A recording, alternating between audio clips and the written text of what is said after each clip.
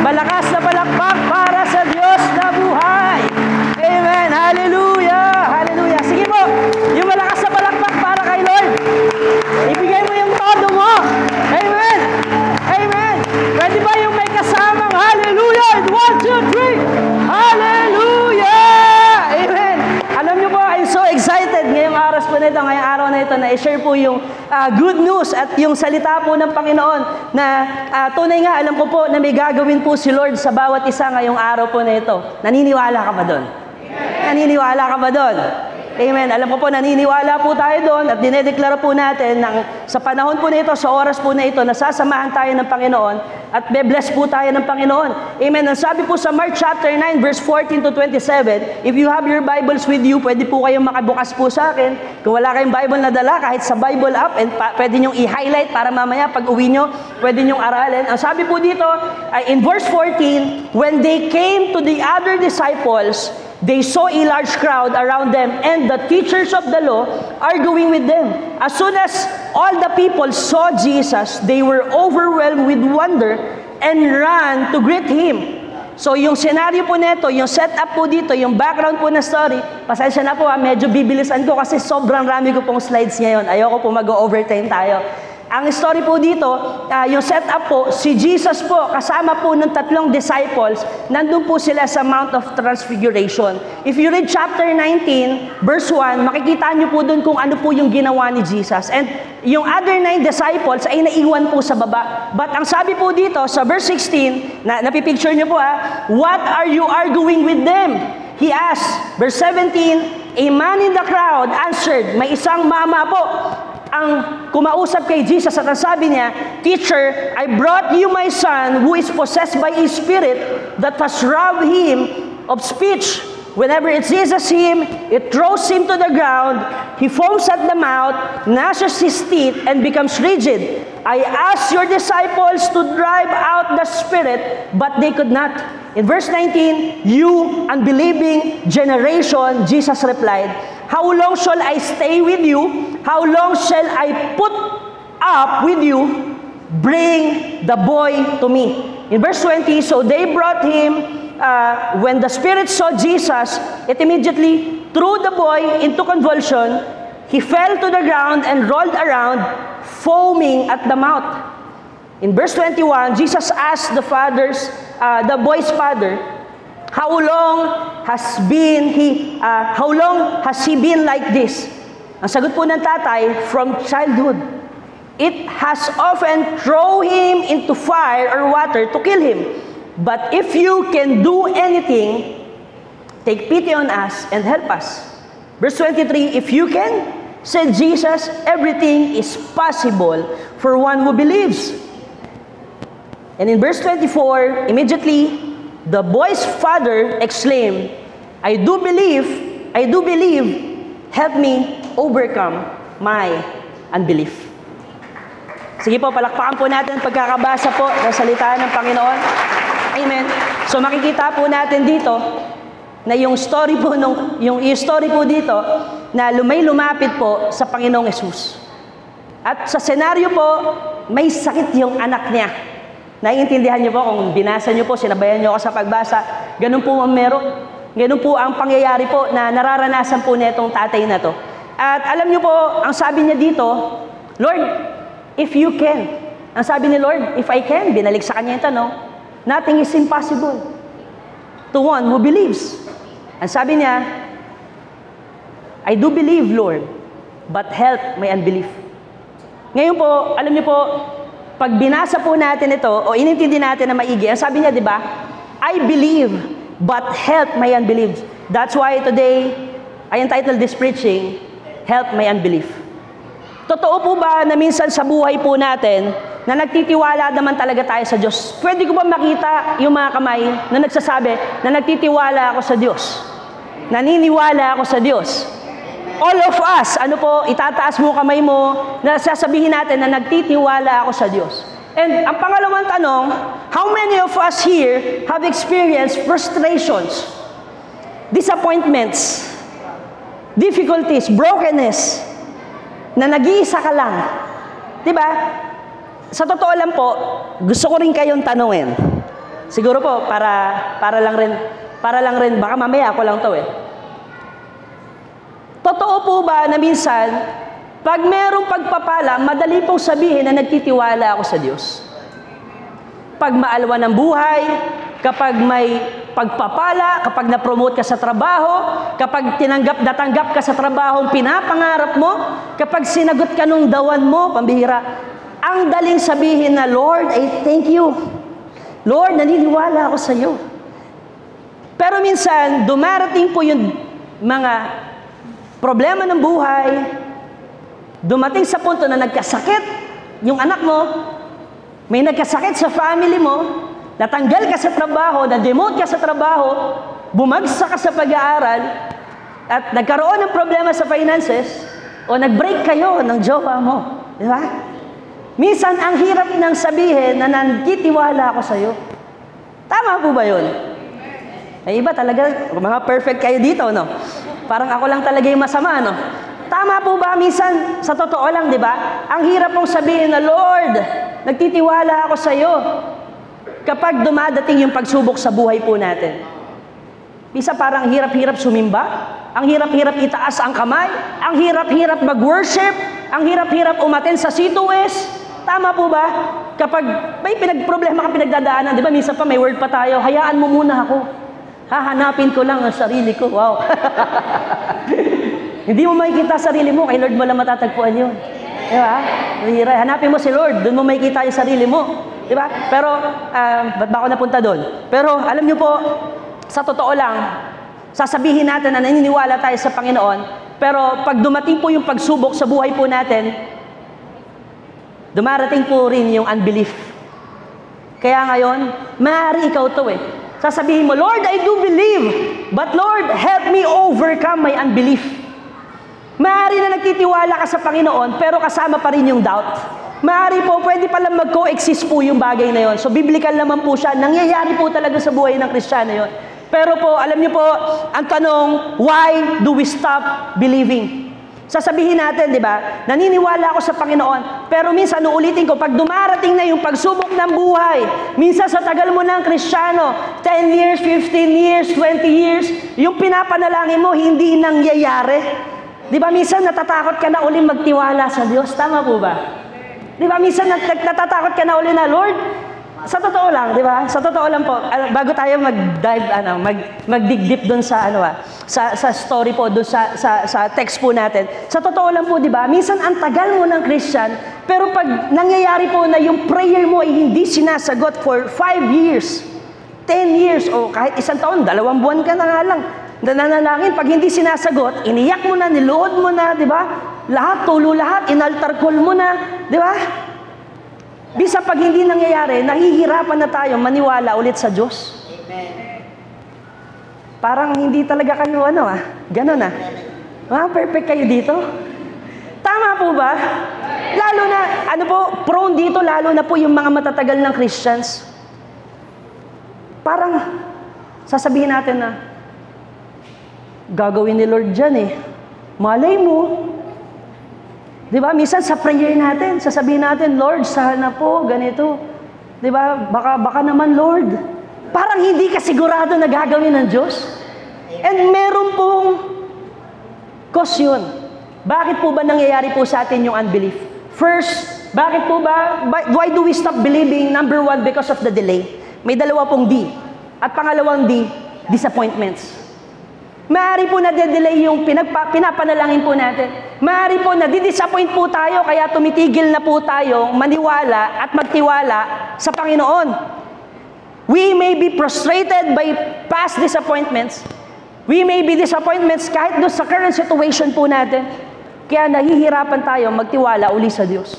And ang pinaka-worst na mangyayari sa isang Kristiyano ay yung hindi na siya nagtitiwala sa Diyos. Alam mo yun, umaattend ka na lang sa church, pupunta ka na lang sa church, tataas mo yung kamay mo, umaawit ka na lang, pero deep inside of you, parang hindi ka na nangangarap na magbabago pa yung buhay ko. Parang na-stuck ka na lang dun sa, okay na siguro yung ganito. Tanggap ko na ganito na ako. Mahirap na lang talaga ako. Hindi na ako aasenso. Hindi na ako magagamit sa gawain ng Diyos. Hindi na siguro ako makakawala sa kasalanan. Hindi na siguro ako, kahit si Lord, mamumroblema sa problema ko eh. Minsan may ganun tayo. Mahirap pinagdadaan ako, kahit si Lord, sasakit ulo dito eh. May ganun tayo minsan eh. Sa totoo lang po, tama po ba? Amen. Ayun, nag-agree na. Amen. Sige po, palakpakan mo natin si Lord. Gising na ang katabi mo. Gising na. Kaya minsan po, dumadating tayo sa point ng buhay natin na hindi na tayo nagtitiwala sa kayang gawin ni Lord sa sitwasyon po natin. Kaya gusto ko kayong tanungin ngayon sa oras na ito. Meron bang sitwasyon sa buhay mo na natatakot ka ng maniwala at magtiwala sa Diyos na kaya ka pang iligtas ng Panginoon sa sitwasyon na yan? Kaya ang tanong ko po sa bawat isa sa atin, bago po tayo dumiretso, ito po ang tanong, meron ka pa bang tapang na maniwala ulit? Meron ka pa bang tapang na maniwala ulit? Alam niyo po, ngayon po babasahin po natin yung verse 17 to 19, papasadahan po natin yan, and hihimay-himayin po natin ano po ba yung ibig sabihin po netong passage na to. Balikan po natin sa verse 17, it says here, a man in the crowd answered, Teacher, I brought you my son who is possessed by a spirit that has robbed him of speech. Whenever it seizes him, it throws him to the ground, he foams at the mouth, gnashes his teeth, and becomes rigid. I asked your disciples to drive out the spirit, but they could not. Alam niyo po yung medical condition na nangyari po dito sa batang to, isipin niyo ano po. Ano kaya ang sakit niya? Sabi dito, ano daw eh, nagsisisure, bumubula yung bibig, nasisistit, ano kaya to? Diba? Epilepsy. Pero hindi lang po yun. Inaatake rin po siya ng diablo. Tinotorment rin po siya. Kaya po, ang nangyari po dyan, kasi diba sabi ko nga kanina, nung si Jesus kasama po si John, si Peter, nandun po sila sa Mount of Transfiguration, habang nasa baba po, yung mama po lumapit doon sa mga disciples. At yung mama, humingi ng tulong doon sa mga disciples na naiwan. Doon sa 9 disciples. At ang nangyari po, nung nilapit po niya yung anak niya, hindi po mapalayas yung demonyo. Hindi nila mapalayas. At hindi napagaling yung bata. Kaya dumating tong mama nagsumbong kay Jesus Ang sabi niya, I asked your disciples, Lord, to drive out the spirit, pero hindi nila kaya. Walang nangyari. Kaya po, ang sabi po sa verse 19, ano pong reaksyon ni Jesus? Nagalit. Ang sabi ni Jesus, you unbelieving generation, Jesus replied, how long shall I stay with you? How long shall I put up with you? Bring the boy to me. Ang sabi sa Tagalog, yung mga walang pananampalataya, sabi ni Lord, hanggang kailan ko kayo pagtitiisan? Nagalit. Kinausap yung disciple. Kaya sa totoo lang po, hinighlight ko po yung mga word na yan, ano po bang ibig sabihin nito? Unbelief cannot please God. Kapag pala hindi tayo nagtitiwala at punong-puno tayo ng doubt and unbelief sa puso po natin, hindi pala napiplease si Lord. Kaya yung unbelief sa puso mo, kung tumitigil ka ng manampalataya at maniwala kay Lord na may kaya siyang gawin sa buhay mo, hindi pala napiplease si Lord doon. Ano po ang sabi sa Bible? In Hebrews chapter 11 verse 6, and without faith, it is impossible to please God. Kapag walang pananampalataya, imposible mo ma-please si Lord. Hindi natutuwa ang Diyos sa mga taong walang pananampalataya. Hindi pala. Yung tinanggap mo na yung sitwasyon na meron ka, tinanggap mo na, siguro yung magulang ko, hindi ko na madadala sa church. Siguro hindi na magbabago yan Yung kapitbahay ko, hindi na magbabago yan. Hindi na kayang, kahit si Lord, sasakit ulo dyan Di ba?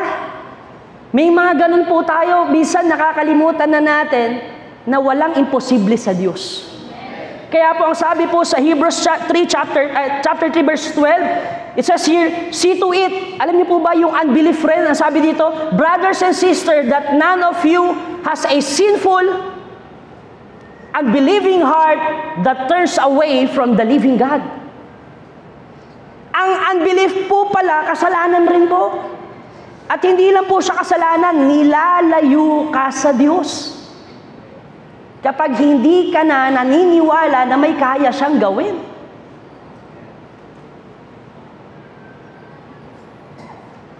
Yung faith po, regalo ni Lord sa atin yan.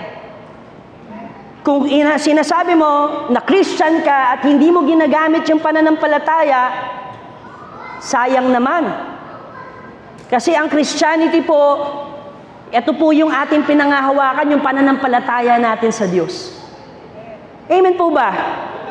Tulog na tulog kayo. Ang hirap niyong kausap. Talagang mapapababa ako, pwede sundan mo ako ng laptop. Kaya nga po, ayun po yun eh. Ang sabi dito, yung unbelief daw, nilalayo tayo sa Diyos. Sige nga po, pumalakpak nga po lahat ng tulog. Amen. Amen, amen. Amen. Tulog talaga eh. Ang lamig kasi eh. Ano po? May gumagala pong camera dito. Pwede pa picturean lahat ng tulog, pakipost sa Facebook. Ayun, naka-live po tayo. Hello po pala sa mga nanonood ng live. Amen. Kaya po, unbelief. Ano po ibig sabihin po nito? Unbelief has no power. Sabi mo sa katabi mo, unbelief has no power. Walang kapangyarihan. Sometimes we are praying for the situation to change, but deep down we are struggling with unbelief. That's why we have no spiritual power or victory when without. Wala pong katagumpayan kapag hindi ka na naniniwala. Kaya maaari na hindi mo mapagtagumpayan yung kasalanan na lubog ka, na pilit mong kumakawala, kasi tinanggap mo na hanggang dyan ka na lang. Tinanggap mo na hindi na ako magagamit ng Diyos, siguro hindi na ako malilinis ng Diyos, ang dumi-dumi ko eh, makasalanan ako eh. Lord, hindi na ako yayaman eh. Lord, hindi na ako makakapag-aral. Lord, ito na lang ako eh. Ito lang ako eh, Lord eh. Kaya wala pong katagumpayan kapag may unbelief. And what else? May danger po ang unbelief. Ano po ba ang nagiging resulta sa tao kapag tayo po ay punong-puno ng unbelief sa puso? Unang-una, unbelief, it leads us to unfollow the Lord. Pag punong-puno ng unbelief puso mo, hindi mo nasusundin si Lord eh. Hindi mo nasusundin si Lord eh. Kala mo kaya mo na. Akala mo ikaw na yung magaling. Akala mo pag hindi ka naniniwala, hindi mo nasusundin kung ano yung pangako ng Diyos sa'yo. Sino po dito may promise sa'yo si Lord? Diba? May pinangahawakan ka sa Diyos. Diba? Tandaan mo yun, panghawakan mo ulit yun, tapangan mo uling maniwala ulit sa Diyos. Pangalawang bagay, it nullifies hope. Pag sinabi pong nullifies, kina-cancel out po niya yung pag-asa. Pag punong-puno ka ng unbelief, hopeless ka talaga. Nakita na po ba kayo ng taong ganon? Yung lagi na lang, mag-asa, Monday na naman bukas, papasok na naman ako sa trabaho. Diba? Kanina Sunday na naman, sisimba na naman ako. Anong oras ba matatapos si pastor? Ano bang ulam namin mamaya? Ang tagal na matapos na ito. Alam mo yung walang pag-asa? Mamaya uwi na naman ako. Maluluto na naman ako sa bahay. Nakita ka naman ng taong ganon? Yung parang napaka-hopeless niya. Marami reklamo, lahat nare-reklamo, baha na naman. Diba? Yung maaraw, diba, nare-reklamo, ang init-init. Ngayong umulan, ang lamig-lamig naman. Ano ba talaga? Diba? Hopeless eh. Ano pa po? What else? It blocks your purpose. Kapag hindi ka na nagtitiwala sa promise ng Lord, nawawala na ng saysay yung buhay. Diba? Hala mo ganun ulit. Paulit-ulit na lang yung cycle. Wala nang mararating. What else?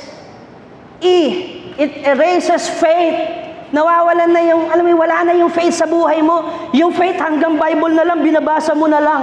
Galing nila, grabe, umulan dito. Pinatigil ni Joshua yung araw, grabe, lupit.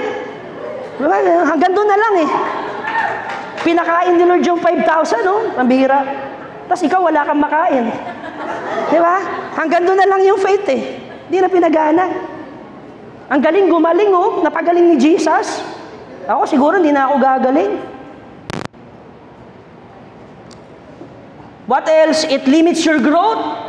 Hindi ka nalalago kapag punong-puno ng unbelief. Hindi ko na lang nalagay dyan. L. It will leave you empty. Iiwanan ka niya na parang kulang na kulang ka kasi walang growth eh. Pag punong-puno ng unbelief. And what else? Incites insecurity. Mag-uumpisa ng ma-insecure ka. Pag sinabi pong insight, ang ibig sabihin po niyan is to stir up na inner urge. Alam mo yun, ma-insecure ka na lang na buti pa siya. Nakapasal na sa Boracay, ako hindi pa. Buti pa siya, ang ganda niya, buti pa siya, ang galing-galing niya, nakakapaglingkod siya sa Diyos.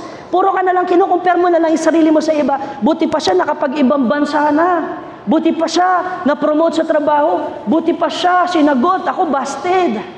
Di ba, nandun ka na lang, lagi na lang, buti pa siya, ang ganda ng kutis niya, di ba? Buti pa siya, ang sarap ng ulam nila. Pati ba naman yung ulam, kinumpara mo pa? Lalabas yung insecurity. Lahat ng pangit sa'yo, masasabi mo na. Ano pa po? Pag may unbelief, it encourages us to rely solely on human wisdom. Magre-rely ka na lang sa sarili mo, hindi na sa Diyos. Feeling mo, ang galing-galing mo. Nakabase na lang yung buhay mo sa sarili mo. Hindi ka na nagtitiwala sa Diyos. Lahat ng ginagawa mo, strategy mo na lang. Diba? Hindi ka na nagtatanong, Lord, ano bang gusto mong gawin mo? Ano bang gusto mong gawin ko sa buhay ko para mabigyan kita ng kadakilaan? Kung ano lang yung trip mo, doon ka na lang. Di ba po? And it separates us from God. And ano pa po? Yung F po, finish ka na. It fuels fear. Magsisimula ka ng mamuhay ng takot sa takot. Magsisimula na lahat na lang na naririnig mo, takot na takot ka. Di ba? Hindi na ako mahal ng asawa ko. Di ba? Siguro may iba na siya. Di ba? Hindi niya na ako kinakamusta. Di ba? Samantala asawa mo, nagtatrabaho lang naman na matino. Ikaw, isip ka ng isip. Di ba? Kaka-telenovela mo yan eh. Kakanood mo yan ng Tulflix eh. Di ba? Lahat na lang, pag may lumabas na sakit, grabe may virus, alam mo yung, nade-depress ka na. Napupuno na ng takot yung buhay mo. Mawalan, di ba, mawalan lang ng, di ba, na-delay lang yung sahod. Feeling mo, grabe mamamatay na tayo sa gutom. Ganun na eh. Galit na galit ka na sa asawa mo. Grabe ito. Di ba? Nagkapantal ka lang, nagka-rashes lang. Search mo na sa Google, cancer to eh. Ang OA mo. OA mo, te. Pag puno-puno na, nakakatawa po, pero di ba puno-puno na ng takot yung buhay? Di ba? Pati yung pagtatights. Paano yun? Mawawalan ako. Di ba? Ganun eh. Seryoso po.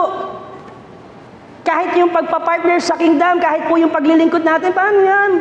Mawawalan ako ng time eh. Kaya po, wala pong maganda na dudulot sa atin yung unbelief.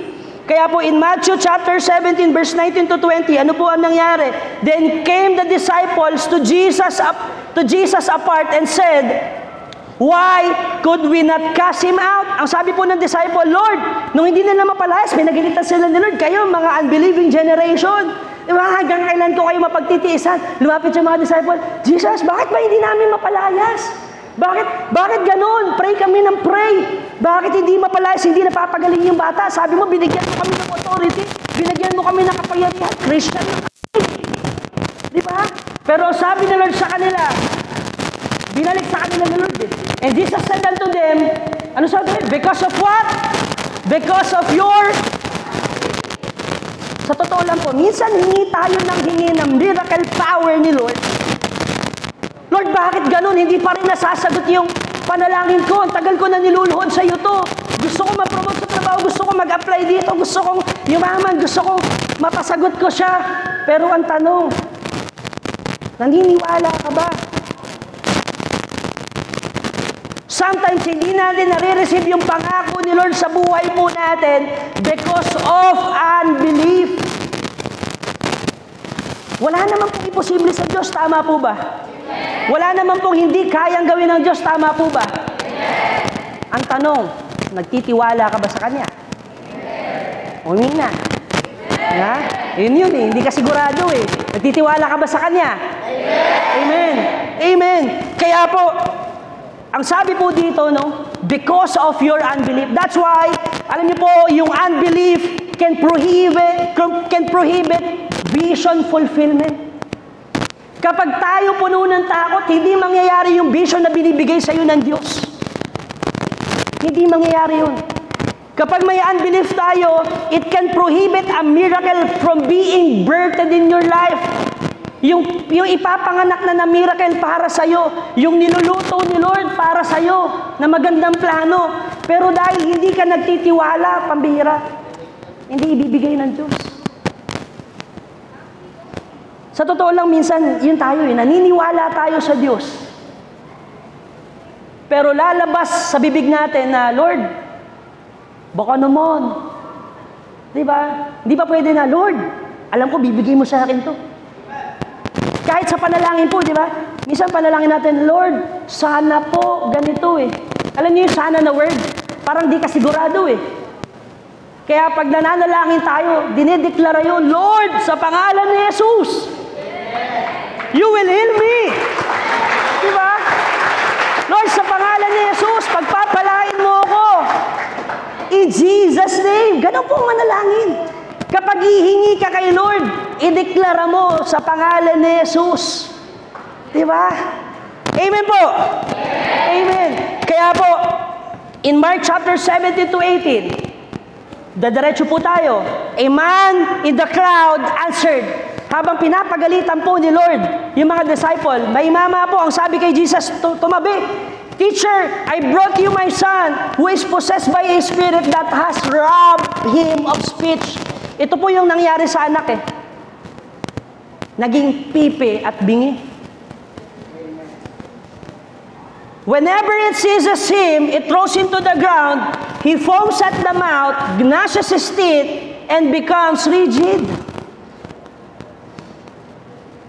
Hinighlight ko po yan para maintindihan nyo ano po ba yung sinabi dito. Malala ang nangyayari dun sa bata. In verse 20, so they brought him. When the spirit saw Jesus, it immediately threw the boy into a convulsion. He fell to the ground and rolled around, foaming at the mouth. And Jesus asked the boy's father, hanggang kailan pa siya ganyan? Ang sabi ng tatay, simula nung pagkabata po, it has often thrown him into fire or water to kill him.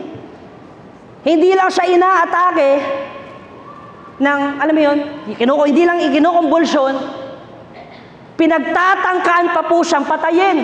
Tingin po kayo dito sa unahan. Pinagtatangkaan pa po siyang patayin. Kaya ganun kalala po yung nangyayari dito sa bata. And in verse 26, the spirit shrieked, convulsed him violently, and came out. The boy looked so much like a corpse that many said, he's dead. Halos magmukha na po siyang patay. Imagine that. Imagine that, ganun po kalala. Ganun po kalala yung sitwasyon. Hindi lang po siya demonically affected, he was being violently attacked by demon spirits.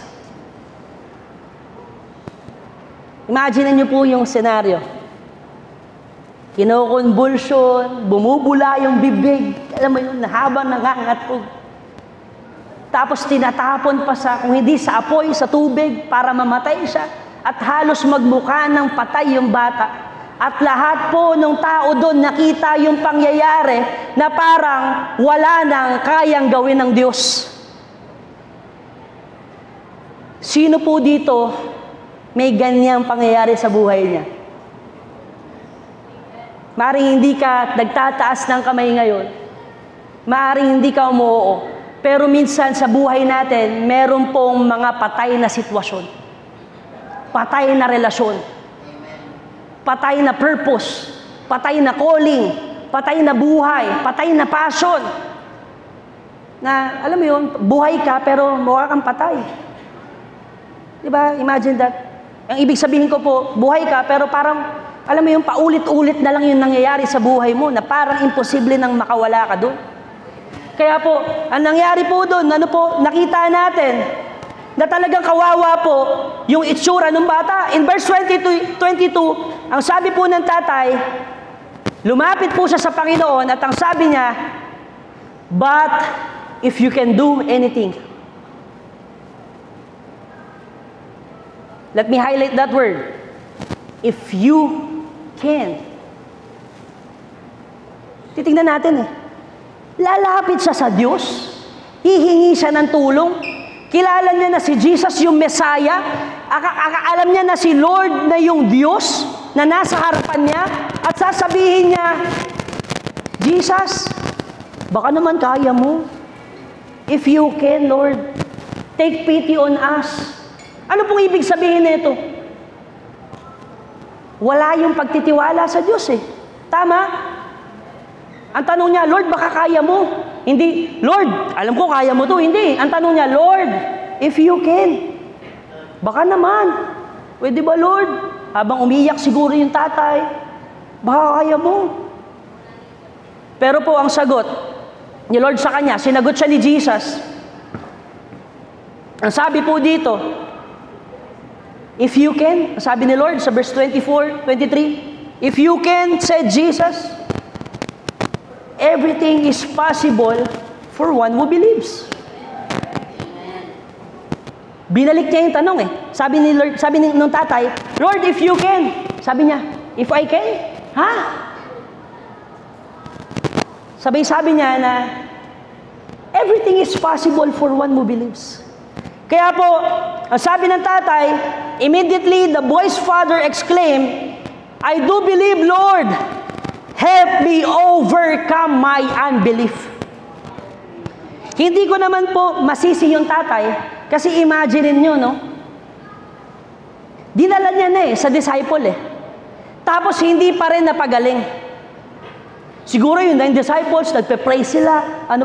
Pe-pray sila, lahat sila, papagaling mo, in Jesus' name. Ay, ganun Tapos hindi pa rin mapalayas.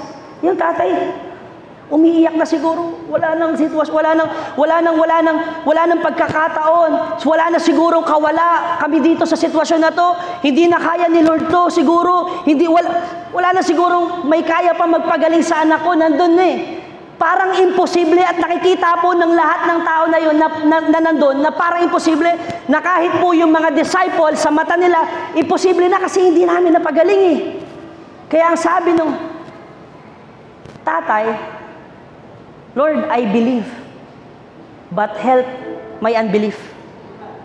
Help my unbelief. Sa totoo lang po, minsan,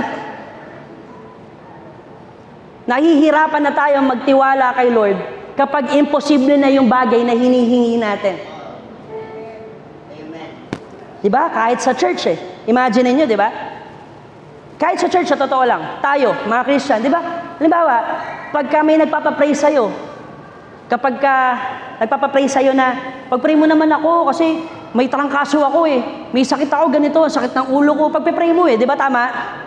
Pero kapag nagpapray na, pag-pray mo ako kasi may cancer ako Sasabihin mo, hindi ko na kaya yan. Siguro kay pastor.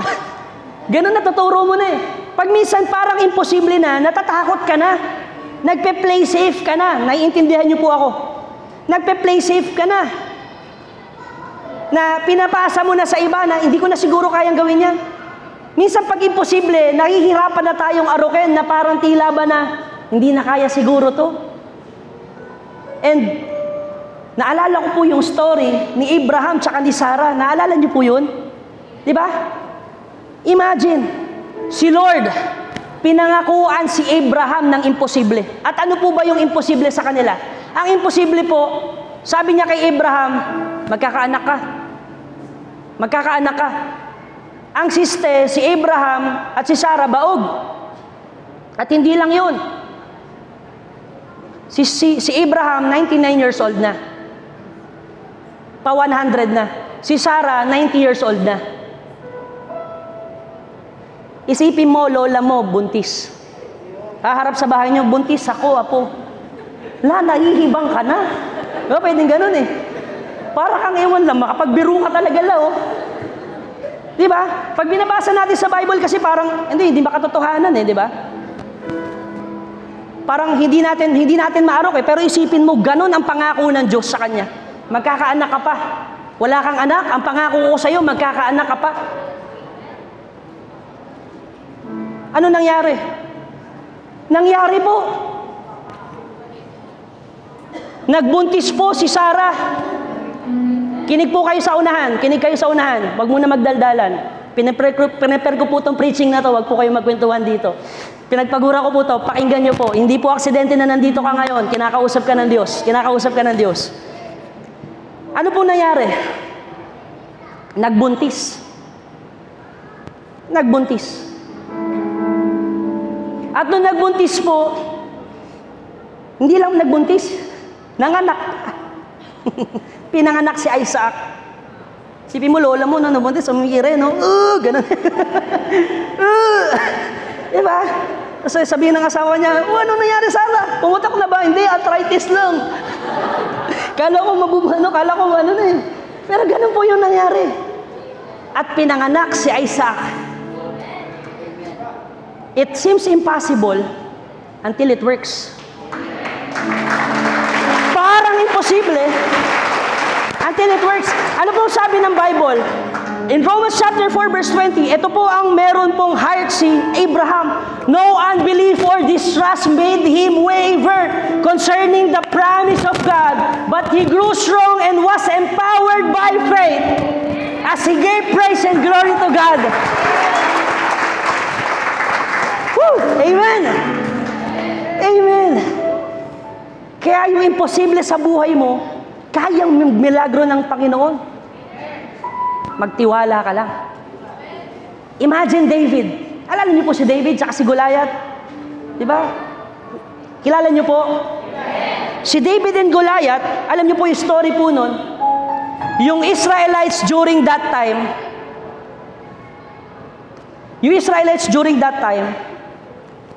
takot na takot sa Philistine. For 40 days, pinagtitripan po sila ng mga Pilistino. Nandun po sa wall, siguro pinapaligiran po sila ng mga Pilistine, yung land of Israel. Sinasabi ni Goliath sa kanila, sino papalag? Maglalaban tayo. Maghanap kayo ng lalaban sa akin. Pag tinalo ko kayo, maglilingkod kayo, aalipinin namin kayo. Pero pag tinalo nyo kami magpapaalipin sa inyo.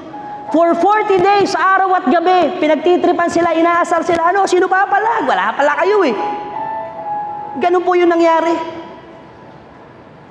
Yung buong Israelites people, takot. Okay lang sana kung yung Israelites lang yung takot yung mga tao lang eh. Kaso pati yung hari takot. Tanggap ko pa sana kung yung Israelites lang, pero pati yung hari takot. Si Saul, takot rin, walang gustong lumaban. Pupunta yung army ni Saul, Sir, gaamok na naman si Goliath, labanan mo daw.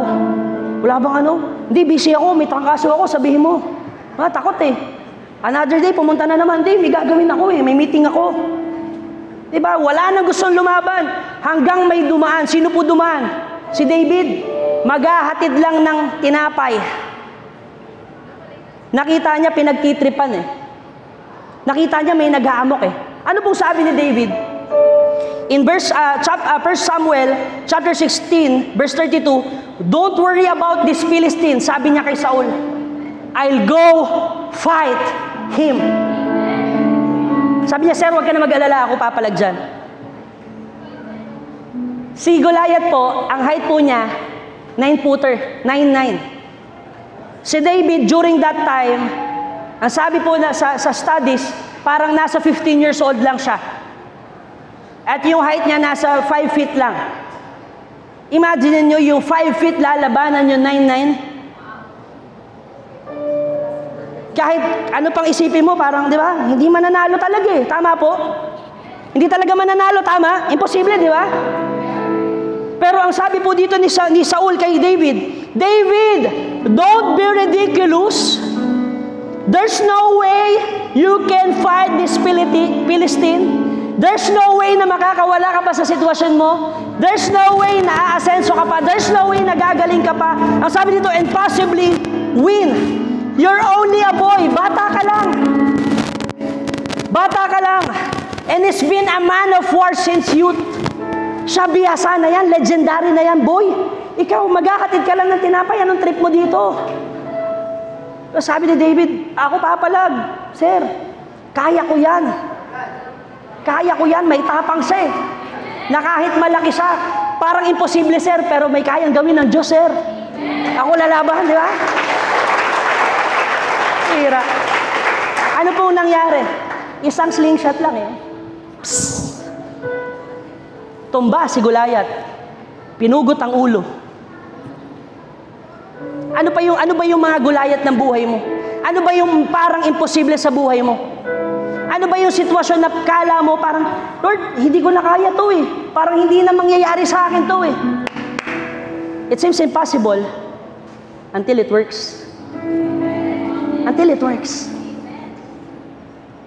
Parang imposible, pero umpisahan mo manampalataya sa Lord. Kaya po, sabi nga niya dito, di ba, don't be ridiculous. Kaya kailangan, kung may vision, may pangarap ka, talagang ridiculous yung mga gagawin mong hakbang eh.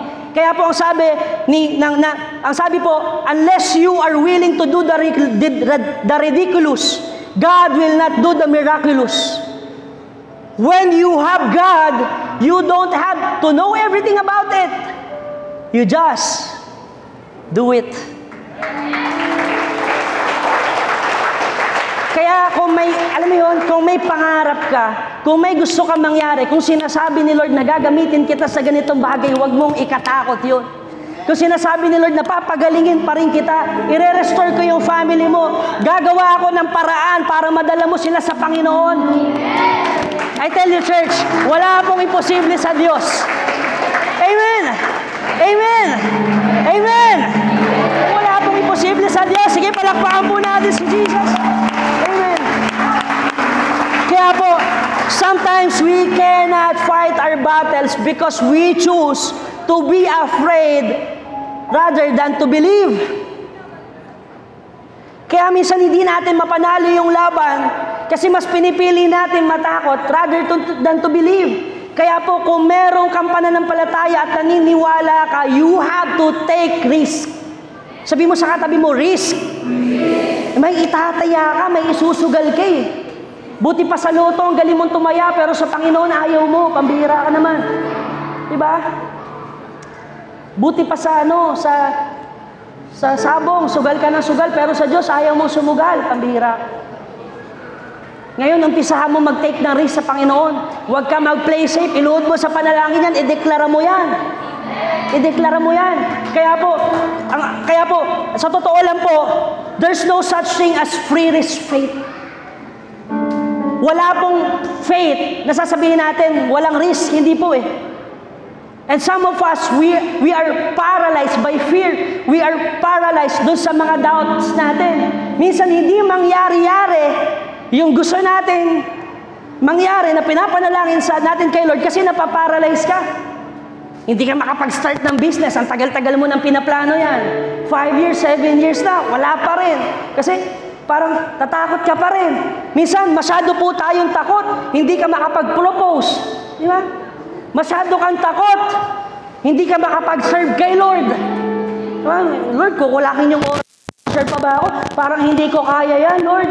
Masyado kang takot. You have to take risk. Yun ang pananampalataya. Kaya umpisahan mo maglingkod sa Diyos. Kaya, totoo po yun eh.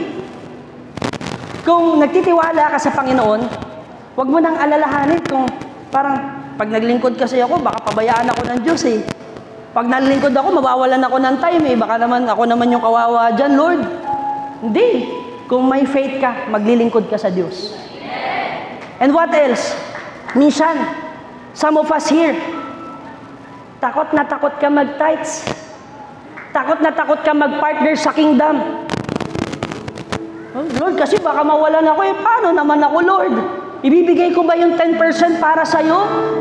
Yung 20 nga, di ko mabigay eh. 10% pa. Diba? If you have faith, Lord, itong ibibigay ko para sa'yo to, nananampalataya ako sa'yo na pagpapalain mo ako dito. Kahit sa pagbibigay, may pananampalataya po. Biblical po yan. And some of us, masyado tayong takot na takot.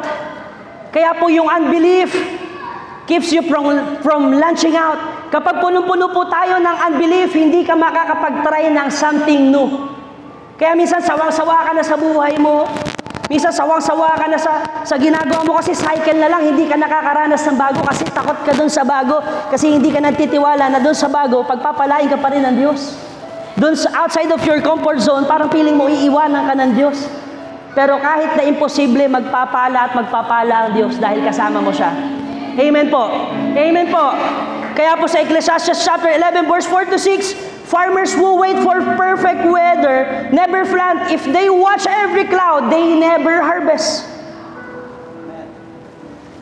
Kaya kung may pinanampalatayaan ka, gawin mo na. Hindi ka aani hanggat hindi ka kumikilos. Just do it. Just do it. Kaya po sa verse 24, immediately the boy's father exclaimed, Lord, I do believe. Help me overcome my unbelief. Ang sabi po dito. And ang sabi po ng tatay, di ba, Lord, I do believe, but help my unbelief. It's like saying na, Lord, naniniwala naman ako sa iyo. Naniniwala ako, you can.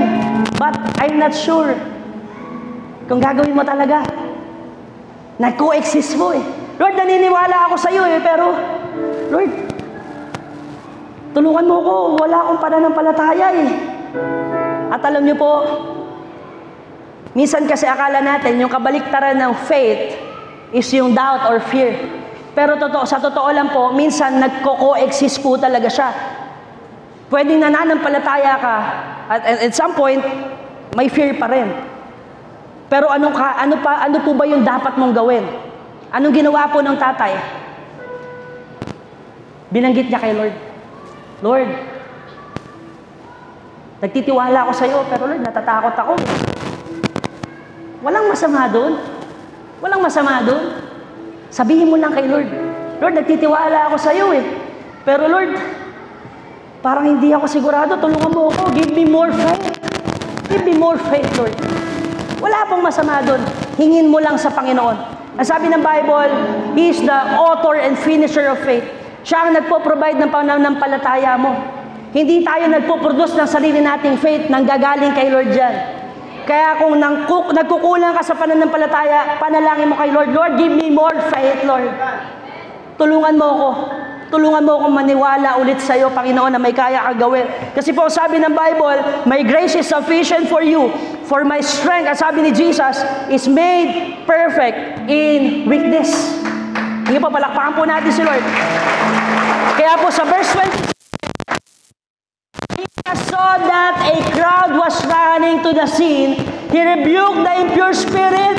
You deaf and mute spirit, he said, I command you, come out of him and never enter him again. The spirit shrieked, convulsed him violently and came out. The boy looked so much like a corpse that many said he's dead. But Jesus took him by the hand and lifted him to his feet and stood up. Yung parang imposible doon sa crowd, kahit yung mga scribes, yung religious people, nakikita yung pangyayari, yung bata parang imposible ng pagalingin. Pero nung hinawakan siya ni Lord, tumayo. Parang patay na to eh. Pero nung hinawakan ni Jesus, tinayo ni Jesus, parang walang nangyari. Ang healthy mo. Grabe. That's why, church, power comes when there is faith. Power comes when there is faith. May kapangyarihan kapag naniniwala ka. Pag nananampalataya tayo sa Panginoon. Ano ba yung imposible sa'yo? Power comes when there is faith. And how to overcome unbelief? Ganito po yan eh. Paano ba natin? Kung ikaw ngayon, baka tinatanong mo, paano? Pastor, may unbelief nga sa puso ko eh. Naniniwala naman ako, pero Lord, parang takot na takot pa rin ako eh. Parang hindi pa rin ako desidido, parang hindi ako 100%. Alam mo, kung naniniwala ka, kung may vision sa'yo si Lord, may promise sa'yo si Lord, ang dapat mong gawin, galawan mo. Sabi mo sa katabi mo, galawan mo. Kung naniniwala ka, if you believe, gagalawan mo. Kasi po walang passive na faith. Walang passive na faith. Gusto mo maglingkod? Umpisahan mo. Umattend ka ng small group, mag-training ka, mag-join ka ng worship rehab, umattend ka ng C2S 101, mag-CLDP ka. Hindi ka gagamitin ng Lord na wala kang gagawin. Ano yun? Nakahiga ka lang, biglang ginamit ka ni Lord, di ba? Pumunta ka dito. Hindi ganun eh. Lord, gusto ko maging milyonaryo. Simple lang ano ko. Tapos, paano ka magiging milyonaryo? Puro ka Netflix. Di ba? Lord, gusto ko ganito. Gusto ko yumaman. Gusto ko madala yung magulang ko sa church. Paano? Hindi mo nga kinakausap yung magulang mo. Lord, gusto ko ganito mangyari sa buhay ko. Lord, sana gumaling. Paano? Pinagpe-pray mo ba araw-araw? Pinapanalangin mo ba? Lord, gusto ko po yung church namin lumaki. Yung church namin, makakuha kami ng lot na doon na kami. Ang tanong, ginagalawan mo ba? Kaya kailangan may gawin ka. Act on it. How to overcome unbelief? Ang sabi po ng Bible, faith without action is what? Is dead. Ang pananampalatayang walang gawa ay patay. Kaya kung nananampalataya ka sa Lord, kailangan sipagan mo eh. Kailangan, di ba? Pangatawanan mo, kailangan galawan mo yun. Amen. Kailangan umpisahan mo. How to overcome unbelief? You need to act. And what is that act? Gumawa po ako ng acronym. Admit your doubt. Sabihin mo kay Lord, katulad ng tatay. Sabi niya, Lord, help me overcome my unbelief. Naniniwala ako sa iyo, Lord. Pero, Lord, gusto ko maging honest sa iyo. Wala na ako ng pag-asa eh. Tatakot ako, Lord eh. Parang hindi na ako pwedeng maghamit, Lord. Parang hindi ko na kayang gumaling, Lord. Sabihin mo kay Lord yun. Walang masama doon. Ang mahirap, nagmamatigas ka sa Diyos, nakala mo okay ka lang, pero hindi. Admit your doubts. Admit your fears. Lord, hindi ko kaya. And see, commit to faith. Pag nasabi mo na kay Lord, Lord, tinangahawakan ko. Tinangahawakan ko to. Naniniwala ako sa iyo, Panginoon. I believe. Pangahawakan ko to, Panginoon. Iluluhod ko sa panalangin to, Lord. Idedeklara ko to, Panginoon. Sa puso ko to, Panginoon. Pangahawakan ko yung promise mo, Lord. And T, pag nanampalataya ka na, trust God's power. Si Lord ang bahala sa'yo. Si Lord ang bahala sa'yo. Magtiwala ka, may kayang gawin ng Diyos. Kayang gawin ng Diyos. Sabi po ng Bible kanina, everything is possible for one who believes. God is telling you today, have faith, kapatid. Have faith. Have faith.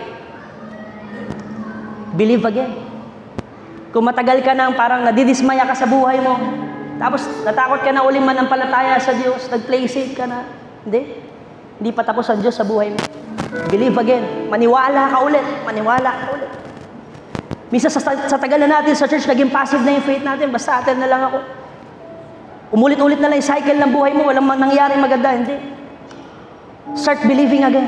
Start believing again. Believe again. Kaya ang tanong ko po sa bawat isa before we end, what area of your life do you need a miracle today? Ano po ba ang parte ng buhay po natin? Yun na nangangailangan ng miracle. God is telling you today, anak, have faith in me, have faith in me.